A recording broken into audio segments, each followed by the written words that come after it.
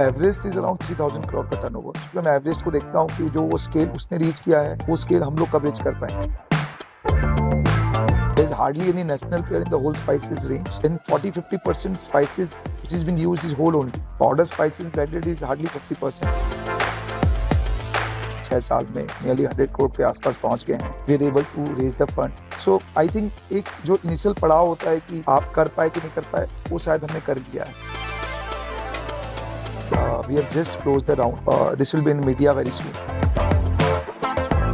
These VCs and private equity funds, they want to invest in those category where they can see the growth. जब आप बाहर का पैसा raise करते हैं, इन्वेस्टर्स से फंडिंग रेज करते हैं, तो वो एक्चुअली एक लायबिलिटी होती है. आपके ऊपर एक बहुत ज़्यादा रिस्पॉन्सिबिलिटी आ जाती है उस मनी को ग्रो करने का. वो आपके अप्रोच बहुत ही डिफरेंट रही होगी जब आप अपने फैमिली के मनी से बिजनेस को बिल्ड कर रहे थे वर्सेस नाउ जब आप इन्वेस्टर के मनी से बिल्ड करेंगे. डेफिनेटली जो दूर से देखता है उसको लगता होगा कि फैमिली बिजनेस है, पैसा है तो इजी हो जाता है, but it's not easy when you start something new. I believe कि 4 से 5 साल बाद will be IPO like a company.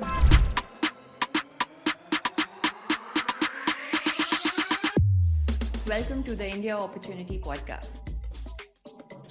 Our guest today is Akash, co-founder of Zoff Foods, a new age spice brand which is disrupting the $4.5 billion spice market of India.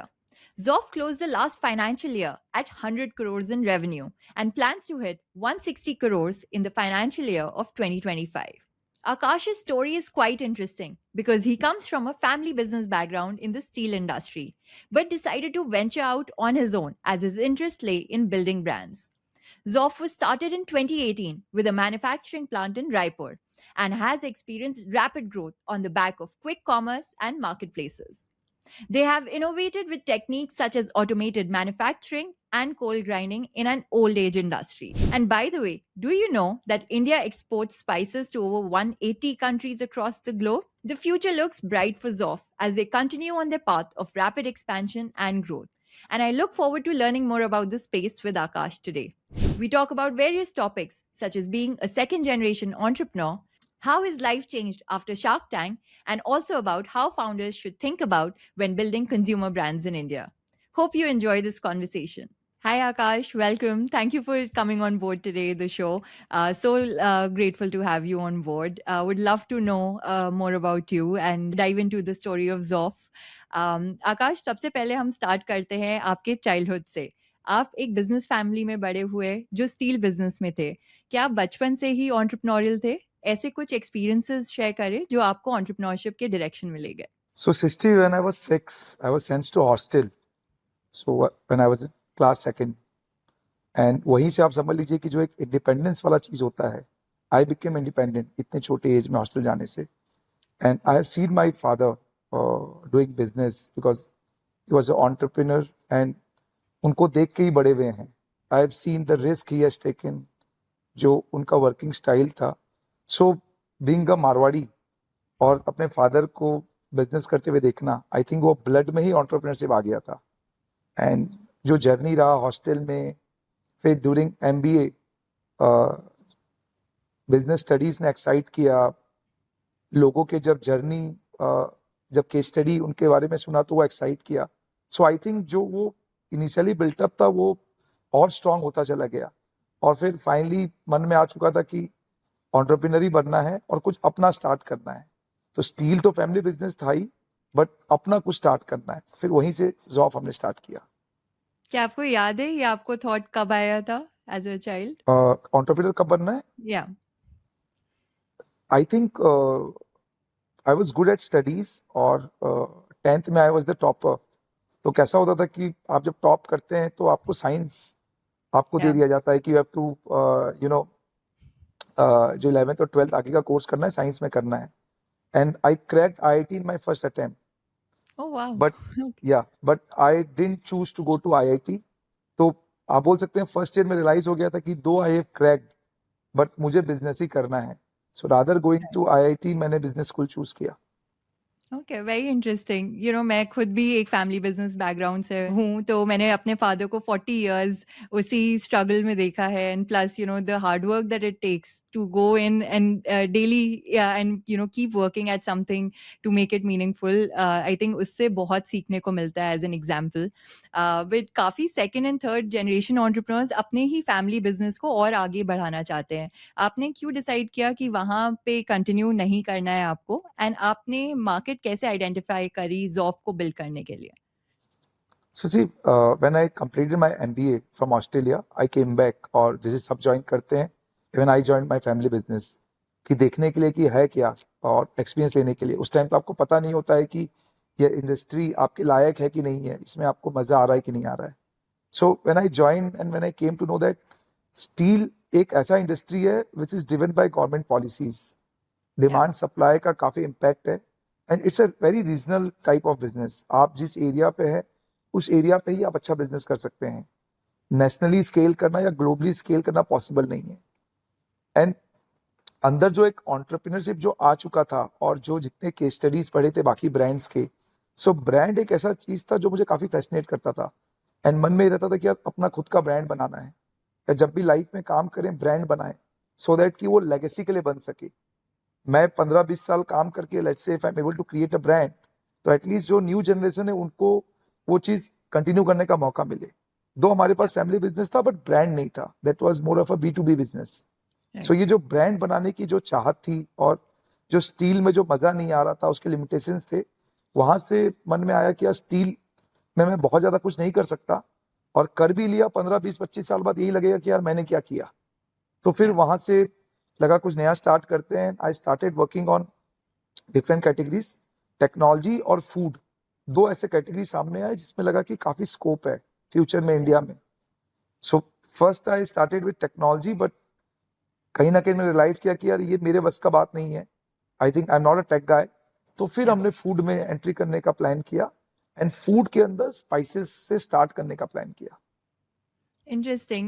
Before we dive into market size, etc., of the spice industry, let's talk about some of the aspiring brands that you were really inspired by. Were there any examples of brands that you personally thought were amazing and you wanted to be like?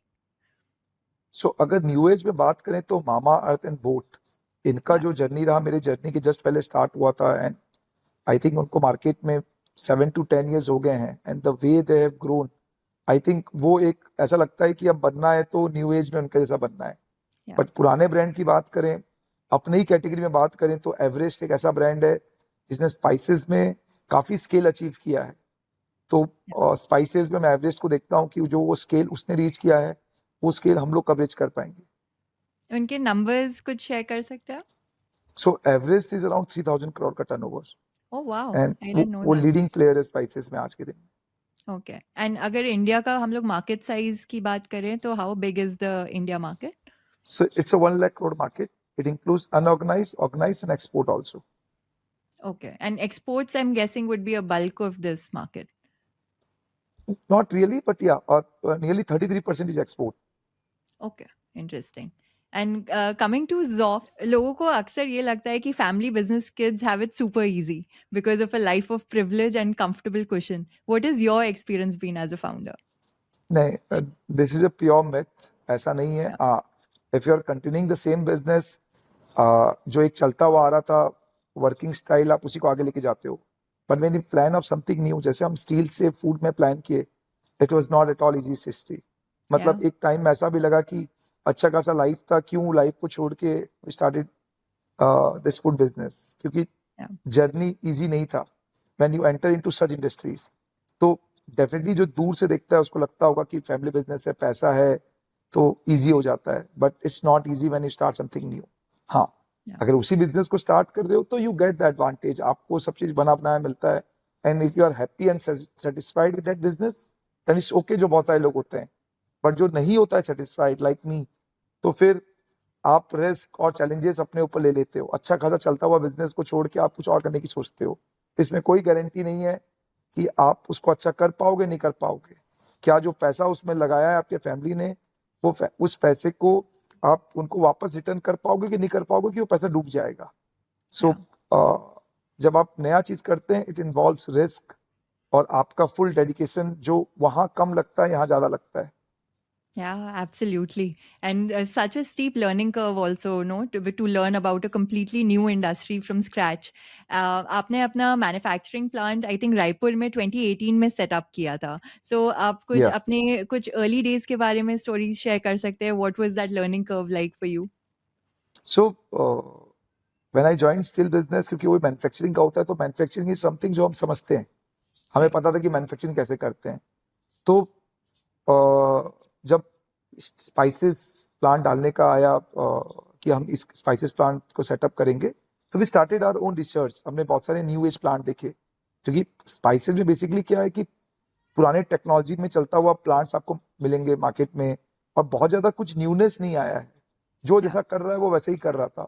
तो हमने काफी research किया. Research करने के बाद we got to know about the technology, जो cool grind technology जो हमने प्लांट में सेटअप किया. Then finally we worked on that. और फिर हमने जो अपना प्लांट सेटअप किया वो भी काफी अच्छे तरीके से बनाया, सो दैट कि not only for the Indian market, अगर हम एक्सपोर्ट भी कर रहे हैं तो हमारा प्लांट का स्टैंडर्ड वैसा हो.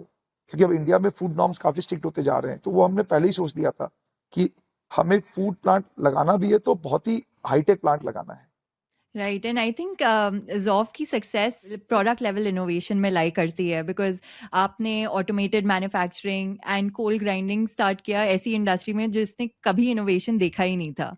सो talk to us about those choices also. ये आपने कैसे डिस्कवर किया कि यही टेक्निक्स आपको अडॉप्ट करनी चाहिए, एंड आपने कैसे सोचा कि इस इंडस्ट्री को कैसे डिस्टर्ब करा जा सकता है? तो देखिए, क्या, जब भी कोई एक इंडस्ट्री ऑलरेडी बिल्टअप है, जिसका मार्केट बना हुआ है, आप जब उसमें एंट्री करने का सोचते हैं तो आप सोचते हैं कि ऐसा क्या चीज लेके आया जाए जो नया भी हो और जो यूटिलिटी वाइज अच्छा हो. ऐसा Yeah. नहीं है कि आप जबरदस्ती कुछ लाने की कोशिश कर रहे हैं जो कि उसमें पॉसिबल ही नहीं है. तो हमने ये सोचा कि इंडस्ट्री में क्या क्या चीजें नया लाया जा सकता है. जैसे ग्राइंडिंग है, spices is all about grinding, cleaning of raw material, grinding, उसमें क्या नया चीज आ सकता है. तो हमने रिसर्च में हमें पता चला कि there is a technology called cool grinding, in which you grind your spices at a very low temperature. And when you grind something at a very low temperature, the properties like oil, aroma, pungency gets intact as compared to the old technology. फिर हमने देखा, if you have a good product, इसको आप pack कैसे करेंगे. So then we started Yeah. working on the packaging. We found out that market में जितने भी स्पाइसेस हैं सब एक जैसे दिखते हैं. आप उनका Yeah. ब्रांड नेम को कवर कर दोगे तो आप ये भी नहीं बता पाओगे कि वो कौन से ब्रांड का है. सो दे आर सो सिमिलर. सो इसमें कैसे कुछ न्यूनेस लाया जाए, फिर इसमें यूटिलिटी वाइज कैसे अच्छा हो. तो फिर हमने देखा जिपलॉक पैकेजिंग अगर हम लेके आते हैं, आप यूज करिए, रिसील करिए, जहां मने वहां रखिए. You don't have to keep in fridge, क्योंकि स्पाइसेस फ्रिज के लिए बना ही नहीं है. तो इसके बारे में हमें पता चला, तो हमने जिपलॉक पैकेजिंग को इंट्रोड्यूस किया मार्केट में. We were the first one to introduce. तो ये दो चीजें हमें लगा. फिर आया सेलिंग का स्टाइल. जब मार्केट में सब कोई ऑफलाइन वे में ज्यादा सेल कर रहे थे, हमने ऑनलाइन मीडियम को चूज किया. सो Right. हमने गैप्स फाइंड आउट किया, कहाँ गैप्स है, और उसी गैप में काम किया. जो चीजें जैसा रहना था परचेसिंग, वो बाकी सबका है, हमारा भी वैसा ही है. हम भी मंडी से खरीदते हैं, हम भी ओरिजिन से खरीदते हैं, बट उसके आगे का स्टेप में हमने काम किया काफी. और फाइनल प्रोडक्ट अच्छा हो और कंज्यूमर फ्रेंडली हो, उस पर काम करके कंज्यूमर तक पहुंचाने का कोशिश किया. That's very interesting. अभी हम लोग जीटीएम के बारे में और बात करेंगे, बट सिंस यू मेंशन कि आपके अदर कंपेटिटर्स जो हैं वो ऑब्वियसली अभी रिसेंटली ही न्यूज़ में थे about a lot of claims about not being the best for health and being having very toxic substances within them. So like any thoughts on that? आपको काफ़ी awareness होगी कि मार्केट में क्या हो रहा है, तो just for our audiences awareness कि इस मार्केट में एक्चुअली क्या होता है, क्या आप कुछ शेयर कर सकते हैं insights? सो ये जो पूरा जो केस था कि उसमें केमिकल्स, पेस्टिसाइड्स हैं, basically this was because of ethylene oxide. Okay. Fumigation होता है इस सब्सटेंस के थ्रू, इथाइलिन ऑक्साइड. और अगर ज्यादा मात्रा में ये चला जाए क्वांटिटी में, तो फिर वो टेस्ट फेल हो जाता है, क्योंकि उसका एक लिमिटेशन है जो होना चाहिए. तो जो भी ये केस हुआ उसमें हायर चांसेस है कि थोड़ा सा क्वांटिटी ज्यादा चले गया होगा उसका परमिशन लिमिट के ऊपर. So that was the reason जिसके वजह से काफी कंट्रोवर्सी हुआ. अदरवाइज नॉर्मली ऐसा होता नहीं. इंडियन मार्केट में जो परमिसिबल लिमिट है वो नीचे ही रहता है. I think that's once in a case, और यू कैन से कि जो प्रोडक्शन टीम होगी उन्होंने कोई ध्यान नहीं दिया होगा ज्यादा, तो परमिसिबल लिमिट के ऊपर चले गया होगा. Okay. So there's no need for Indian consumers to worry about the spices, is what nothing I'm like hearing. The वो ब्रांड्स काफी ध्यान देते हैं चीजों का. It's Yeah. Once in a mistake आप बोल सकते हैं. इसका ये मतलब नहीं कि उन्होंने कोई ऐसा जानबूझ के किया. किसी को कोई फायदा नहीं होने वाला जिस वजह से पूरा कंट्रोवर्सी हुआ था. It was just a mistake you can से. That's it. एंड आप अपने खुद के प्लांट में कैसे हेल्थ एंड सेफ्टी फॉलो करते हैं? So we had standard protocols जो एसओपीज हैं, जो एफएसआई के गाइडलाइंस हैं, जो एक मैन्युफैक्चरिंग चलाने का गाइडलाइंस है, हम उसको ध्यान में रखते हैं. जो प्रोडक्ट आता है हमारे पास, क्योंकि इस एग्रीकल्चर प्रोडक्ट उसका प्रॉपर क्लीनिंग होता है. हमारा प्लांट ऑटोमेटिक है तो बहुत ज़्यादा हैंड टच नहीं है. क्लीनिंग होने के बाद ग्राइंड होकर सीधा पैकेजिंग हो जाता है. सो जो बेसिक हाइजीन से वो तो हम फॉलो ही करते हैं. साथ में जितने एफएसआई के स्टैंडर्ड्स हैं, जो भी स्पाइसेस के कंपोजिशंस होने चाहिए, वो हमारा लैब है, हम उसमें भी कोशिश करते हैं कि वो सब मेंटेन रह सके. Got it. एंड आप कुछ नंबर्स शेयर कर सकते हैं अपनी ग्रोथ के बारे में? आजकल काफ़ी नए चैनल्स भी आ गए हैं फॉर ब्रांड्स टू ग्रो, जैसे क्विक कॉमर्स प्लेयर्स, एंड आपने बोला आपकी ग्रोथ ऑनलाइन ज़्यादा थी. तो आपके लिए सबसे बेस्ट चैनल्स कौन से रहे हैं to experience such fast growth in such a condensed timeline? So ecommerce में हमने काफ़ी अच्छा स्केल किया है. सो ई कॉमर्स में प्लेटफॉर्म लाइक फ्लिपकार्ट जो हमारा मेजर कंट्रीब्यूटर है. देन अभी क्विक कॉमर्स में भी हम आ चुके हैं. सारे क्विक कॉमर्स में लास्ट 1 ईयर मतलब 1 साल पहले हम आए शार्क टैंक के बाद. फिर बिग बास्केट है, फिर क्रेड है, अमेजोन है. सो सारे प्लेटफॉर्म में प्रेजेंस है और सारे प्लेटफॉर्म पे हम कहीं ना कहीं ग्रो कर रहे हैं. क्योंकि क्विक कॉमर्स अभी आया है, उस पर लगभग हमारा 30% बिजनेस आता है. बट आने वाले साल 2 साल में ऐसा लगता है कि quick commerce will Sarpass e commerce और हमारा मेजर बिजनेस क्विक कॉमर्स से आ रहा होगा. Okay. And Amazon and other platforms भी एक्सप्लोर करे आपने? हाँ, अमेजोन में भी है, क्रेड में भी है. मतलब जो भी ई कॉमर्स प्लेटफॉर्म पॉसिबल है, हमारा राइट. प्रेजेंस सब जगह है. कहीं ज्यादा बिजनेस है, कहीं कम है, बट वी ट्राई कि हमारा सारी जगह एटलीस्ट अवेलेबिलिटी हो जाए प्रोडक्ट का. आकाश, अगर अब हम लोग बात करें ऑफलाइन वर्सेस ऑनलाइन, ये मैं भी काफ़ी फाउंडर से सुन रही हूँ कि फर्स्ट हम लोग एक स्केल करेंगे ऑनलाइन ओनली स्ट्रैटेजी से, reaching 20 to 50 crore in revenue, and फिर ही ऑफलाइन मार्केट्स को एक्सप्लोर करेंगे. तो आप कैसे सोचते हैं ऑफलाइन मार्केट एक्सपेंशन के बारे में? मैं भी एग्जैक्टली ऐसे ही सोचता हूँ कि पहले ऑनलाइन पे ब्रांड बिल्टअप किया जाए, ऑनलाइन पे एक स्केल किया जाए, फिर ऑफलाइन पे जाया जाए.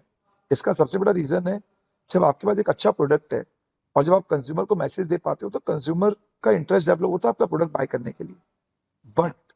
जब आप ऑफलाइन पे जाते हो तो हिंड्रेंस आ जाता है डिस्ट्रीब्यूटर का, रिटेलर्स का. कहीं ना कहीं वो ऐसे बैरियर्स हैं जो कंज्यूमर तक आपका प्रोडक्ट को पहुंचाने में कहीं ना कहीं आपके लिए ऑब्स्टिकल बन जाते हैं इनिशियल डेज में. क्योंकि वो आपको बोलेंगे आपको कौन जानता है, यू आर ए न्यू या. ब्रांड. तो वो उस लेवल पे प्रोडक्ट को पुश नहीं कर पाते हैं. एंड रिटेल में जब प्रोडक्ट आता है, अगर आपका बहुत सॉलिड ब्रांडिंग नहीं है तो कस्टमर तक आपका प्रोडक्ट पहुंच भी नहीं पाता है. So I think in today's time जब ऑनलाइन इतना स्केल कर रहा है, आप ऑनलाइन पे बिजनेस को स्केल कर सकते हैं एक लेवल तक. उसके बाद धीरे धीरे स्लोली ग्रेजुअली आप ऑफलाइन पे जा सकते हैं. उससे क्या होता है कि एक डिस्ट्रीब्यूटर को कॉन्फिडेंस भी आता है कि एटलीस्ट आप ऑनलाइन पे विजिबल हो, आप वहां सेल कर पा रहे हो. तो राइट. एग्जैक्टली हमारा मॉडल भी वैसे ही चल रहा है. हमने पहले ऑनलाइन पे स्केल किया, अब धीरे धीरे हम ऑफलाइन की तरफ जा रहे हैं. एंड कोई टीदिंग ट्रबल्स हुए आपको जब आपने ऑफलाइन स्टार्ट किया? Because it's not the same journey at all, right? E commerce पे आप फिर भी रजिस्टर करके you can start selling very early on. Quick commerce पे it still takes it, I think the waiting time is now become 8 to 9 months to get registered on quick commerce. तो वहाँ पे timing का issue रहता है, but at least you can get start selling very easily. But offline may you need to build relationships with distributors, invest heavily into having inventory. So did you experience any challenges going from an online to an offline brand? या सी offline का काफी challenges face किया है हमने. From hiring team, अच्छे distributor बनाना, retailer को convince करना, फिर क्रेडिट साइकिल का ध्यान देना. तो जो चैलेंजेस है ऑफलाइन के वो हैं और वो Yeah. हमने काफी फेस किया है. इसीलिए जैसे जैसे हम थोड़ा स्ट्रांग होते जा रहे हैं, हम अपने पॉलिसीज को स्ट्रांग कर रहे हैं सो दैट कि हम बेसिक चैलेंजेस को फेस ना करना पड़े. हमें काम करना है तो हम जनरल ट्रेड में एडवांस में काम करेंगे. हमें क्रेडिट नहीं देना है मार्केट में, बिकॉज क्रेडिट से आप स्केल नहीं कर पाते हो. फिर जो टीम हायरिंग करना है, अब हमें बहुत पर्टिकुलर हो गए कि हमें अच्छी टीम हायर करना है. बिकॉज आप अगर अच्छे सेल्स टीम आपके पास नहीं रहेंगे तो आप उस लेवल पे स्केल नहीं कर पाएंगे. तो जो बेसिक प्रॉब्लम्स रहते हैं किसी भी ब्रांड के लिए, वो हमारे साथ भी हुआ क्योंकि हम नए थे मार्केट में, बट जैसे जैसे लर्निंग्स आ रहा है हम इम्प्रोवाइज करते जा रहे हैं, उन सारे जितने भी प्रॉब्लम्स वाले एरियाज थे सब पे हम काफी इम्प्रूव कर रहे हैं. एंड अगर आप अपने नंबर्स शेयर करेंगे from channels and revenue etcetera, can you give us an overview? So अगर मैं ऑफलाइन की बात करूं, ऑनलाइन तो offline is 60% of our total revenue, और offline is nearly 40%.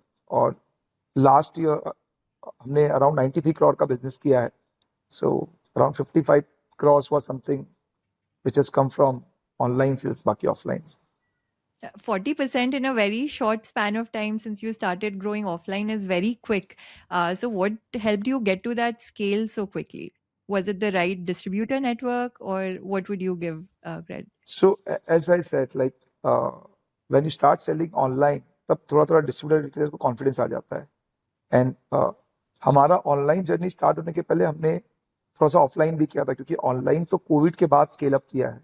And we came into the market 2018, तो थोड़ा बहुत उसका भी बेस था. सो डेफिनेटली आप जैसे स्ट्रांग होते जाते हैं. एंड इसके अलावा शार्क टैंक ने काफी हेल्प किया, मतलब एक ब्रांड अवेयरनेस, जो ब्रांड विजिबिलिटी हमें दिया है, हमारा अपियरेंस, सो वो भी काफी हमें हेल्प कर रहा है, तो उसके वजह से हम स्केल कर पा रहे हैं. Got it. Very interesting. And we'll talk about Shark Tank in just a minute. But आप बार-बार brand and packaging की बारे में बात कर रहे हैं. So tell us a little bit more about that, because as a founder, it's absolutely essential to care about that and to be able to find differentiating factors for your brand. So how did you develop your brand story? How did you develop the packaging? What were some of the thoughts behind it? So see I am a firm believer कि एक consumer product जो दिखता है, कैसा दिखता है, वो बहुत मैटर करता है. आपका लोगो कैसा है बहुत मैटर करता है. आपका ब्रांड नेम क्या है बहुत मैटर करता है. So if you see Zoff stands for zone of fresh food. So एक एब्रिविएशन है. Like it took me 2 years to write this name. मैंने लिख लिख के नाम क्रिएट किया कि एक ऐसा नाम चाहिए था जो कैची भी हो, जिसका कोई मीनिंग भी हो. So all these are small small things, but long run में काफी काम आता है. आज सॉफ में I can start with multiple food products, तो नाम उसको सूट भी करता है. इंडिया के अलावा अगर एक्सपोर्ट मार्केट पे भी जाएगा तो नाम वहां भी सूट करेगा. So started with name. Packaging दिखता है. आज जब आप खरीदने जाते हैं किसी भी प्लेटफॉर्म पे, सो आपका पैकेट ही होता है सबसे पहले जो कंज्यूमर देख सकता है, जो फर्स्ट इंप्रेशन किसी भी ब्रांड का आ रहा है. सो उस पर हमने काफी सारा काम किया. इवन जो भी हमारे क्रिएटिव्स हैं, like we took Shilpa Shetty as our brand ambassador. तो छोटी छोटी चीजें हैं, बट ये ब्रांड बिल्टअप करने में काफी हेल्प किया है कि कस्टमर के दिमाग में जाना चाहिए कि this is a premium brand. Because आपका स्टेबलाइजेशन आएगा let's say from 5 to 8 years के बीच में. पहले 3-4 साल आप स्ट्रगल करेंगे, फिर आप स्टेबलाइज होंगे.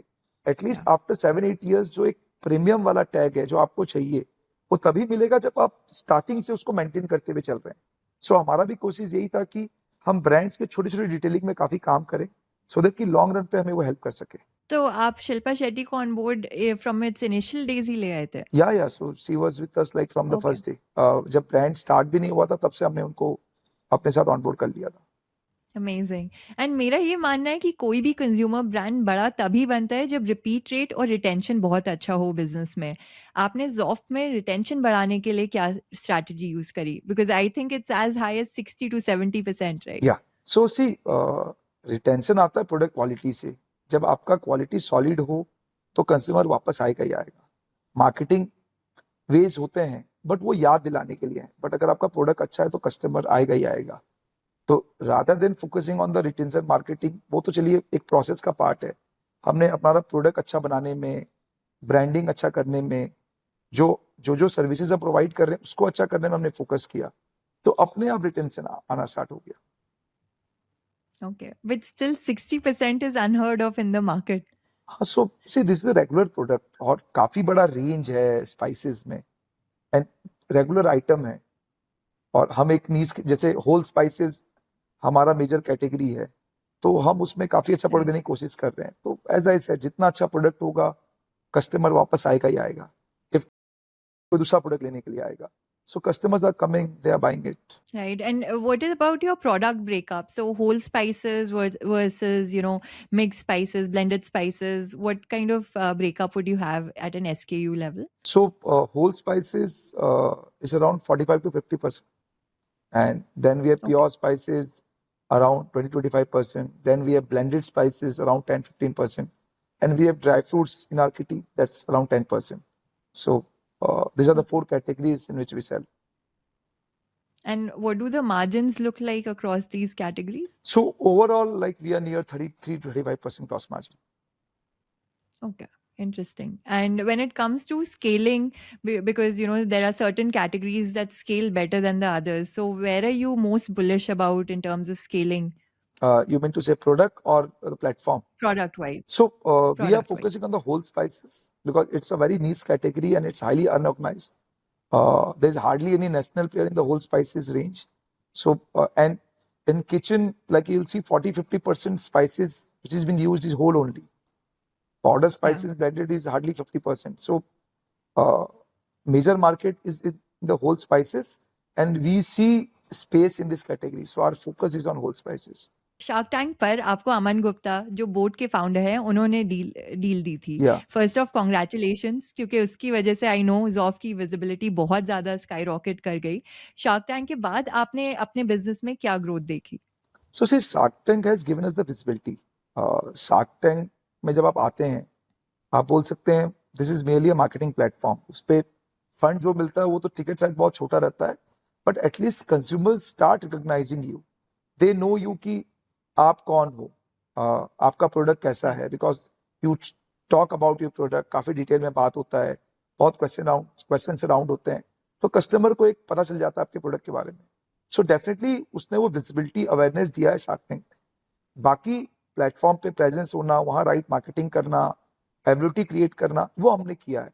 So this was a combination. जो ग्रोथ आया है उसमें शार्क टैंक का मार्केटिंग का भी काफी रोल है, और जो हम भी न्यू वे से मार्केट में प्रोडक्ट सेल करने की कोशिश कर रहे हैं उसका भी वे आउट है. सो ऑलमोस्ट हमारा बिजनेस लाइक 100% शूटअप हुआ है जब हम अपियर किए थे. So this was the combination of various factors. काफ़ी कंज्यूमर ब्रांड्स जब स्टार्ट होते हैं तो वो अपनी वेबसाइट पे फोकस करना स्टार्ट करते हैं, बट आपने other e commerce platforms and quick commerce पे भी काफ़ी फोकस किया, तो आपकी क्या स्ट्रैटेजी थी to crack digital commerce? So see, grocery is a spontaneous product. आपको डिलीवरी फास्ट चाहिए, and through website it's not possible. आप कस्टमर को 10 मिनट्स या 30 मिनट्स या 1 आवर डिलीवरी कर सकें.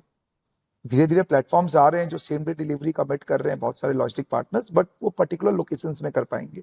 सो इसीलिए मेजर फोकस नहीं रहा है वेबसाइट में, क्योंकि क्विक कॉमर्स और ई कॉमर्स ज्यादा अच्छा परफॉर्म कर रहे हैं. बट या स्लोली ग्रेजुअली अपना प्रेजेंस बनाने के लिए we are working on our D2C website also. उसका जो शेयर है बहुत ज्यादा नहीं रहने वाला है इवन आफ्टर 5 years, बट हाँ वी आर ट्राइंग कि कुछ सब्सटेंशियल नंबर्स उस पर आ जाए अगर हम डिलीवरी फास्ट कर सकते हैं तो. So we have started working on that, but अभी D2C वेबसाइट से बहुत ज्यादा रेवेन्यू नहीं है हम लोग का. Interesting, because a lot of investors will say that we value website sales more than e-commerce platform sales, but I guess you've gone through this entire journey of creating a full-fledged brand on just the back of e-commerce.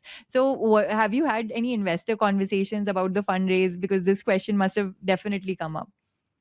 So Sissy, you'll get to hear like very soon, maybe tomorrow or day after, about Okay. our fundraise. We have just closed the round, so this will be in media very soon. Okay, so this episode won't air for another few weeks, so do you want to talk about it? It'll already be in the news by the Yeah, time we so launch. we have raised 40 crores from JM Financial. Okay. Yeah, Okay, So well, it's- congratulations on that. thank you. So when it came to pitching to VC funds, what was your fundraising experience like?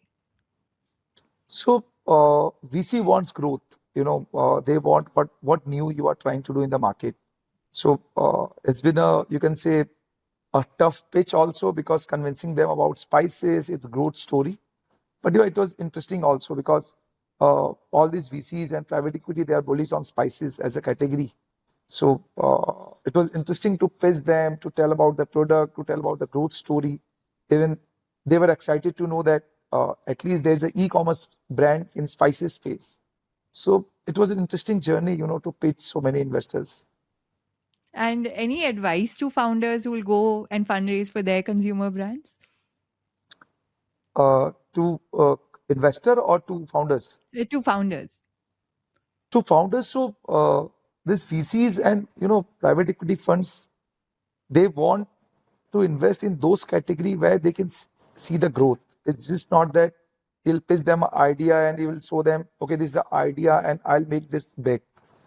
First, they want the proof that whether your product has been accepted by market or not. Because maybe 5-7 years down the line, everything was done on basis of idea. But today's time, they say everyone has the idea. But first, prove us that whether your product is being liked by the consumer or not. When you have some data to prove, or whatever numbers you have to prove them, I think it's become easier for them to believe in you, to trust on you, and to invest on you. So rather just selling them the ideas, it's better to get some numbers to get your product fit in the market and then approach them. Then it will become easier for them to invest. Yeah, absolutely. I think customer love बहुत ही बड़ा signal होता है for investors, and that is something that we also look for कि actually आप market में pull create कर पाए या नहीं. Otherwise, most products tend to be push products कि आपको बहुत कोशिश करनी पड़ती है on marketing and burning money through acquisition on different platforms to be able to scale. Exactly. Yeah. So when you think about, category selection also, I think we covered it very briefly, but, identifying this big market is also a founder's DNA, right? To get this right is very important at the start of a business. So what was your process like? Did you go through multiple categories to be able to see it? Or did you go by the highest market size in terms of what was available in India? So when we're researching about the spices, we had a detailed, research that was the market size, what are the categories in it, was the margin, how to sell. So we had a full-fledged research. Then we were able to find out that what are the gaps in the market, which are the area where no other brand is focusing. As I talk about the whole spices, so we saw that there's hardly any national brand focusing on the whole spices. It's hardly unorganized and normally is being sold by supermarts and maybe modern trades in their private label form. So definitely, like we try to enter into the market where we found the space. We we were not in the stage that we want to fight with the existing brand, whatever they are selling. We can do that, but after maybe few years. But let's focus on those areas where you can find the gap. So this was the category whole spices where we saw that and we entered into the market with full-fledged. And finally, we started getting results because even consumer were looking for that. Very interesting and मैं खुद लखनऊ से हूँ and I think हमेशा यही debate चलता रहता है startup ecosystem में कि आपको दिल्ली या बैंगलोर में बेस होना है to build a truly successful business. But आजकल there are so many more success stories and specially हम लोग ने ये शार्क टैंक में भी देखा कि Tier 2 Tier 3 entrepreneurs are also killing it in a big way. So any thoughts on that, building in Raipur versus building in any of the hubs, startup hubs? So see, when you stay in a big city, definitely there's an ecosystem. There's good level of networking. You meet so many people. You get to know so many things. But having said that, see, this is the era of technology. आप connected हो एक दूसरे से with the help of technology. आपके पास भी उतना information है जितना information कोई मेट्रो सिटी में रह रहा है उसके पास है.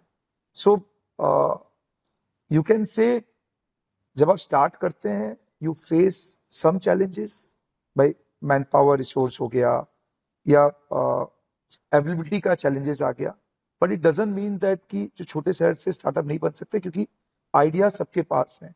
कुछ प्रॉब्लम्स छोटे शहर के होते हैं, कुछ प्रॉब्लम्स बड़े शहर के होते हैं. जब जो छोटे शहर में रहता है आई थिंक वो छोटे शहर के प्रॉब्लम को फाइंड आउट करके उसमें स्टार्टअप लाने की कोशिश करता है. जो बड़े शहर में रहते हैं वो हमेशा बड़ा पिक्चर देखते हैं. सो डिफरेंट आइडियाज हैं चाहे वो किसी भी शहर में रह रहा हो. और फाउंडर्स का सबसे बड़ा रोल रहता है बिकॉज वो कितने पैशनेट है अपने चीजों को लेके कि उनको वो चीज को कितने शिद्दत के साथ बनाना है कि बस स्टार्ट करने के लिए स्टार्टअप चालू कर दिया कि वाकई वो पोटेंशियल देखते हैं. अगर एक फाउंडर ये सोच ले कि मेरा आइडिया अच्छा है आई कैन क्रिएट इट, वो कहीं से भी बना सकता है. सो सिटी एक लेवल तक मैटर करता है बट इतना भी मैटर नहीं करता कि कोई वहां से बिल्टअप कर पाए कि नहीं कर पाए. Yeah, absolutely. I completely agree.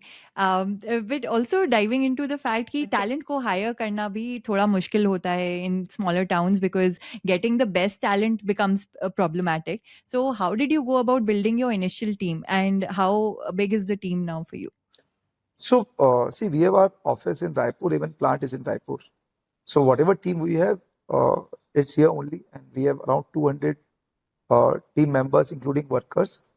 But जहाँ पर हमें लगता है कि रिसोर्सेज की कमी है, so we try to hire agency, in big cities, जैसे हमारा मार्केटिंग है, परफॉर्मेंस मार्केटिंग, ये वो एजेंसी इन गुड़गांव. सो जिस चीज पे हमें लगता है कि उतना एक्सपर्टीज नहीं है हमारे पास या उतना अच्छा टैलेंट नहीं है, हम बेटर उसको आउटसोर्स कर लेते हैं. But yeah, as I said, like we have raise the fund, so going ahead will try to build up our own team. और वो टीम को हम विल फिगर आउट कि वो whether they will be in Bombay और दिल्ली, कुछ ऐसे जगह में रहेंगे जहां पर हमें रिसोर्सेज और मिल सके, so that will be able to scale up. Basic team हमारी जो नीड है बिजनेस के लिए, वो रायपुर में ही रहेगी. But let's say higher level पे जो हमें टीम मेंबर्स चाहिए, जो हमें ग्रोथ करने में हेल्प कर सकते हैं, दैट विल सी कि वो मेट्रोज में रहें, बिकॉज लोग प्रीफर मेट्रोज में होना ज्यादा करते हैं when they are in a Yeah, senior position rather than coming down to Raipur. So yeah. even we don't want to call them to Raipur. हम यही चाहेंगे कि जहां पर हैं वहीं पर वो रहें, बट कंपनी को स्केल करने में हेल्प करें. Yeah, absolutely. And when it comes to, mindset, because you spoke about that also, कि entrepreneur का mindset सबसे important होता है. आप एक तो किन क्वालिटीज के लिए हायर करते हैं जब आप खुद हायर कर रहे होते हैं टीम में, एंड आपका खुद का माइंडसेट क्या होता है जब आप चैलेंजेस को नेविगेट करते हैं? सो बहुत ही बेसिक पॉइंट है माइंडसेट, मतलब जो स्टार्टिंग पॉइंट ही है किसी भी फाउंडर्स के अंदर होना ही चाहिए कि उसका माइंडसेट कितना स्ट्रांग है, क्योंकि startup is all about challenges. बिना चैलेंज Yeah. के तो स्टार्टअप बन ही नहीं सकता. सो इवन जब हम भी स्टार्ट कर रहे थे, ये दिमाग में हमने बैठा लिया था कि हम स्टार्ट तो स्टार्टअप में करने वाले हैं, हम एक नया आइडिया में काम करने वाले हैं, बट चैलेंजेस बहुत सारी आएंगी और उसके लिए तैयार रहना पड़ेगा. ऐसा नहीं है कि जब भी चैलेंज आया यार पीछे हट जाओ. दो आपके मन में आएगा यार कि शायद मैंने गलती तो नहीं कर दिया, but anyway you need to be strong. So मैंने काफी इस चीज पे वर्क किया और अपने माइंडसेट को काफी स्ट्रांग रखा है कि कभी भी कोई सिचुएशन आए, I need to face that. और उसी के साथ ही मतलब जब भी चैलेंजेस आया है मैं उसमें आगे बढ़ पाया. और जब हम हायर करते हैं तब भी ये देखने की कोशिश करते हैं कि जो आ रहा है उसका माइंडसेट क्या है, क्या वो 10 to 6 जॉब के लिए आ रहा है कि अपने सैलरी के लिए आ रहा है, कि वाकई कुछ एफर्ट डाल सकता है. क्योंकि जब आप कुछ चीज बिल्ड कर रहे हैं, you need effort from everyone, आप अकेले खुद कुछ नहीं कर सकते हैं. Absolutely. तो मे बी आपको बहुत कम लोग मिलेंगे जिनका माइंडसेट बहुत सॉलिड होगा, बहुत लोग ऐसे मिलेंगे बहुत नॉमिनल माइंडसेट से होंगे. जो सॉलिड होते हैं दे ग्रो विथ यू. आप जैसे जैसे ग्रो करते हैं वो भी आपके साथ ग्रो करते हैं. उन they get all the benefits. So I look after mindset. उनसे बात करके समझ में आ जाता है कि वो वाकई कंपनी के लिए कितना डेडिकेटेड है और कितना कंपनी को सपोर्ट कर सकते हैं आगे बढ़ने के लिए. Yeah. So would you say passion for the space and उनका जो mindset होता है team members का, those are the most critical traits for you? Very critical. क्योंकि भाई एक जो बिजनेस ऑलरेडी सेट है वहां पर पैशन कम ज्यादा वो चल जाएगा. पर जब आप स्टार्टअप स्टार्ट कर रहे हैं तो पूरी आपके इकोसिस्टम पे वो लेवल होना चाहिए पैशन का कि हमें उसको बढ़ाना है. और जब तक सब एक ही डायरेक्शन में नहीं सोचेंगे तब तक वो ग्रो नहीं करेगा. So at this point, do you think you have been able to establish that within your family? बोल सकते हैं आप, बिकॉज आई थिंक हमने एक लेवल तक बिजनेस को पहुंचा दिया है. 6 साल में नियरली 100 करोड़ के आसपास पहुंच गए हैं. We are able to raise the fund. जो हमने इन्वेस्ट किया था हमने उसको जस्टिफाई कर दिया है. सो आई थिंक एक जो इनिशियल पड़ाव होता है कि आप कर पाए कि नहीं कर पाए, वो शायद हमने कर लिया है. अब जब हमें Yeah. नेक्स्ट सक्सेस मिलेगा, जो हमारे नेक्स्ट टारगेट से पूरे होंगे, तब उस दिन हम बोल पाएंगे कि हाँ वाकई हमने चीजें कर लिया. बट या, इनिशियल सक्सेस तो हमें मिल गया है. मतलब अब हमें अ, अब वो खुद ही समझ गए कि इन्होंने कर लिया. हमें जाके बोलने की जरूरत नहीं है किसी को. जो 2-3 साल पहले था कि सबके मन में सवाल था कि ये कर पाएंगे नहीं कर पाएंगे, आई थिंक वो स्टेज से अब हम बाहर आ चुके हैं. Yeah, absolutely. I think investor community में भी ज़ॉफ की बहुत तारीफ होती है कि कितनी जल्दी टाइम में कितना बड़ा बिजनेस बना लिया है, and there is so much more opportunity आपके सामने to be able to capture that. So all the power to you to be able to scale this ahead, and wishing you lots and lots of success along the way. अब thank ये you. Just wanted to ask you, अगर कोई ऐसा aspect है जिसके बारे में हम लोग ने बात नहीं करी है जो आप बताना चाहते हैं ऑडियंस को? जब कुछ एंटरप्रेन्योरशिप के बेसिक रूल्स मैं बताना चाहूँगा जो मैंने इनकॉर्पोरेट किया है लाइफ में। जैसे पहला पॉइंट हमने ऑलरेडी माइंडसेट का तो बात किया ही किया कि एक बहुत स्ट्रांग माइंडसेट चाहिए। दूसरा, बहुत सारे फाउंडर्स को मैं ये बोलूँगा कि सिर्फ स्टार्टअप स्टार्ट करना है, इस इकोसिस्टम में आना है, उसके लिए नहीं आए।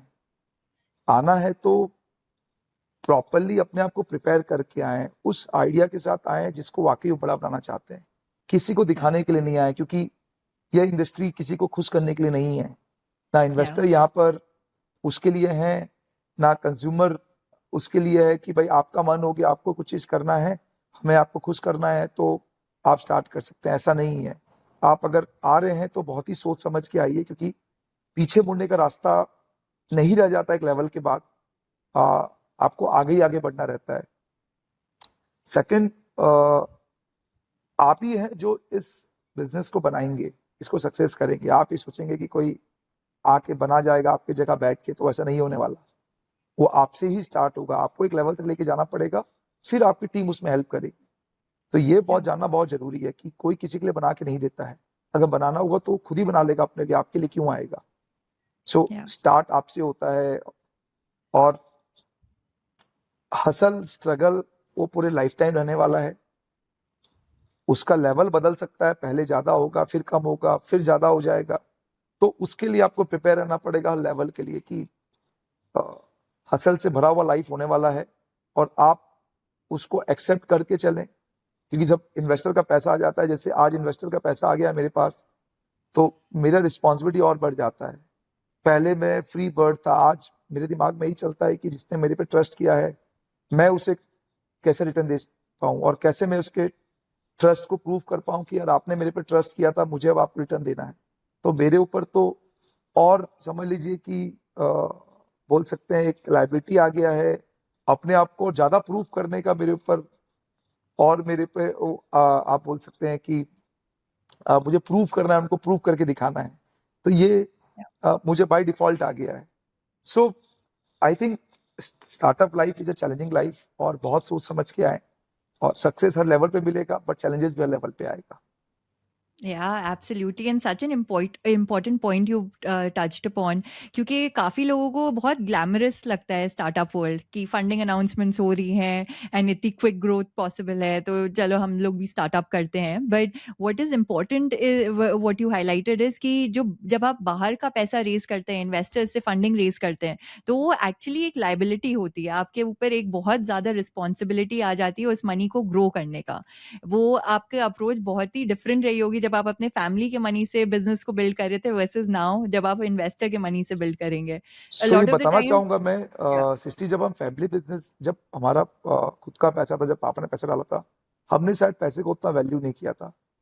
शायद हमने बहुत जगह अननेसेसरी स्पेंड कर दिया, लगा पापा तो पैसा दे रहे हैं, पैसा और आ जाएगा। बट एक पॉइंट ऐसा भी आया था व्हेन वी रियलाइज कि यार पैसा तो सब खत्म होता जा रहा है, क्योंकि आप बिजनेस बिल्टअप कर रहे हैं, पैसे का फ्लो उस स्पीड में नहीं है जिस हिसाब से आपने सोचा था।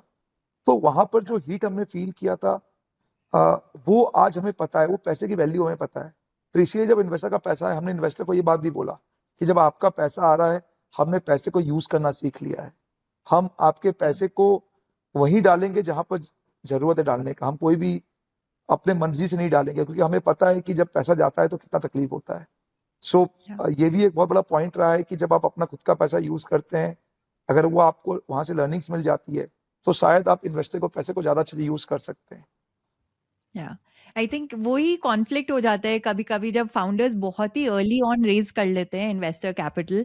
आई थिंक उसी की वजह से हम लोग ने इकोसिस्टम में कितने ही प्रॉब्लमैटिक इश्यूज देखे हैं कि इन्वेस्टर्स का money high growth high burn businesses में काफ़ी बर्न हुआ है। सो फाउंडर्स के ऊपर भी इतनी ज़्यादा रिस्पॉन्सिबिलिटी होती है, बट ऑफन टाइम्स मुझे लगता है कि फाउंडर्स ये समझते नहीं है इन्वेस्टर्स से मनी रेज करने से पहले, बट बोल एटलीस्ट आप सकते हैं में आप। वो अंडरस्टैंडिंग थी। या फिलहाल तो अंडरस्टैंडिंग है, और यही सारे फाउंडर्स को बोलना चाहूंगा, इन्वेस्टर मनी दो अच्छा लगता है, बट वो बहुत सारे प्रॉस कॉन्स के साथ आता है। इट्स नॉट अ या इजी मनी, और इसके पीछे नहीं जाएं। आप अच्छा काम करेंगे तो वो अपने आप ही पैसा देके जाएंगे। या एंड इतनी यंग एज में इतना स्ट्रॉन्ग माइंडसेट एंड इतनी क्लैरिटी आपको कैसे मिली?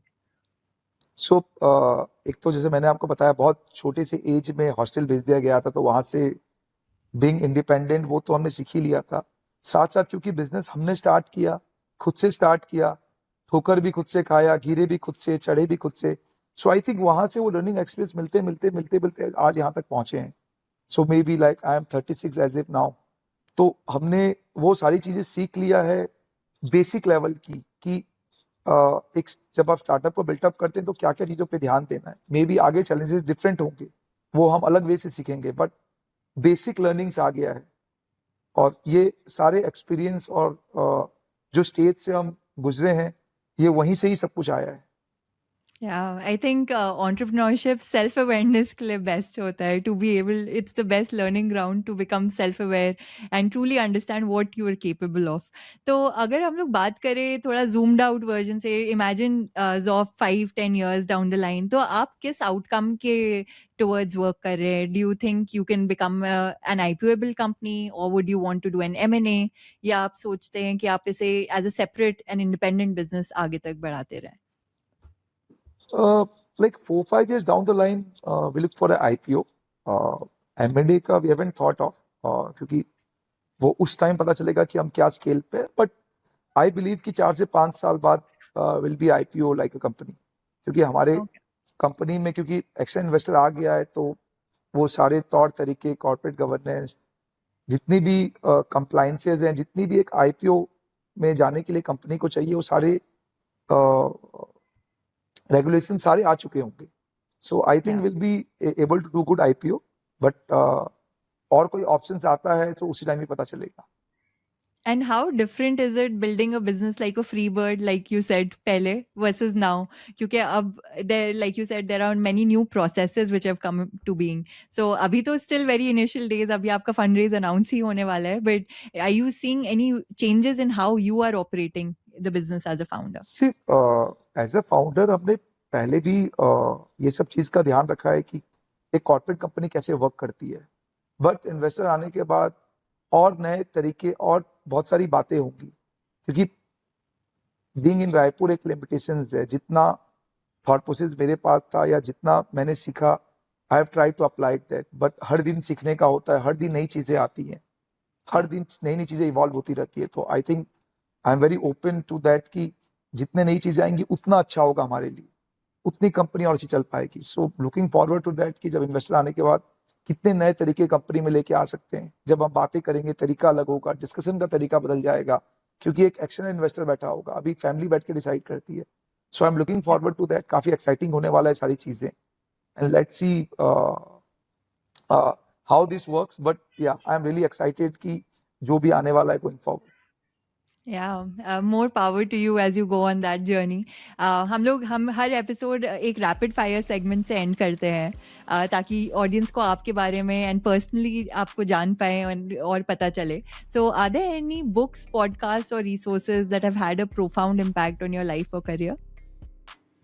I keep on listening to so many podcasts. मैं भी बहुत सारे podcast में आया हूँ, but yeah, when you listen to their stories, like जैसे अमन गुप्ता का ही है, when you listen to his stories कि पहले काफी सारे जो भी उन्होंने स्टार्ट किया स्टार्टअप, सब में वो फेल हुए, then finally got the success, and आज उनके चैलेंजेस डिफरेंट थे, कल डिफरेंट थे। सो आई थिंक जब भी आप ऐसे एंटरप्रेन्योर्स की स्टोरी सुनते हैं पॉडकास्ट में, डेफिनेटली आपके अंदर एक स्पार्क लेके आता है, looking at their success, looking at there downfalls. So definitely काफी सारे पॉडकास्ट सुने हैं और मेरे जर्नी में भी सबका काफी इम्पैक्ट है। I try to apply some of them, जो भी मैंने उनसे सीखा, and it really helps me in growing. And definitely, that was one of the biggest reasons why I started this also. But just to digress a little bit, Shark Tank में अमन से आपने fundraise जब किया, तो क्या value add आपको लगा अपने business में? So see, when a sharks come into your board और जब आपकी उनसे बातचीत होती है, एक तो thought process की बात होती है, क्योंकि anyway they have built up such a big brand, एक startup को एक scale किया है, तो बहुत सारी learning सामने आती है। फिर उनके कनेक्ट्स काफी काम आते हैं, जैसे कोई कॉमर्स में ऑनबोर्ड कराने में अमन का बहुत बड़ा रोल रहा। So this are small things जो एक शार्क आपके साथ लेके आता है। बाकी आपकी जो प्रॉब्लम्स है आप उन तक ले जा सकते हैं, यू कैन आस्क देम कि आपके पास कोई कनेक्ट है क्या, how can I do this, उनकी भी अपनी टीम रहती है। But yeah they are always there for you, जब आपको जरूरत है यू कैन रीच देम, आप उनसे बातें कर सकते हैं, and it really helps because they have so much experience. आज मुझसे कोई पूछेगा किसी पर्टिकुलर चीज के बारे में जिस पे मेरा एक्सपीरियंस है, I think I will be able to help such founders.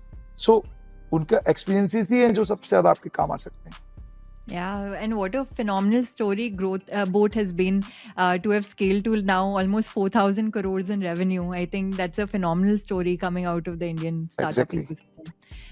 One professional and one personal goal over the next year. Professional goal, what I can say, so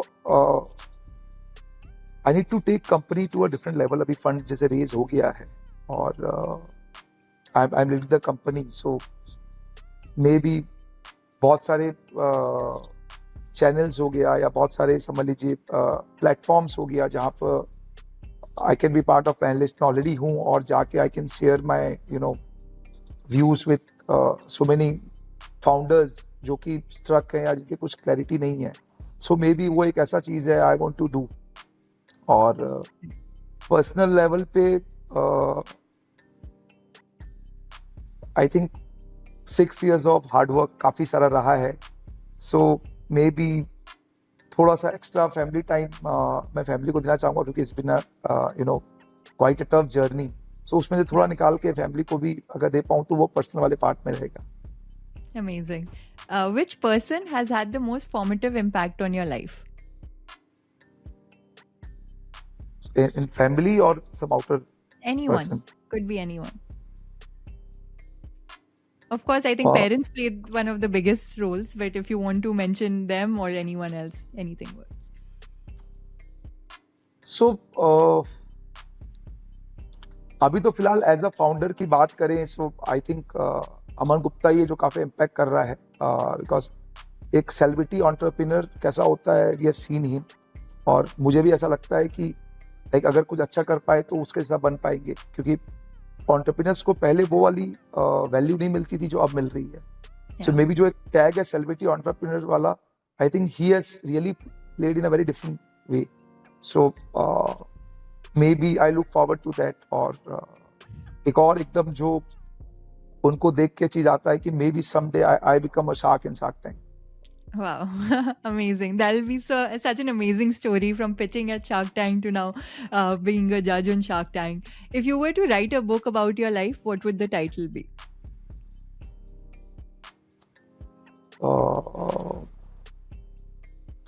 How to start something of your own, diverting from your family business.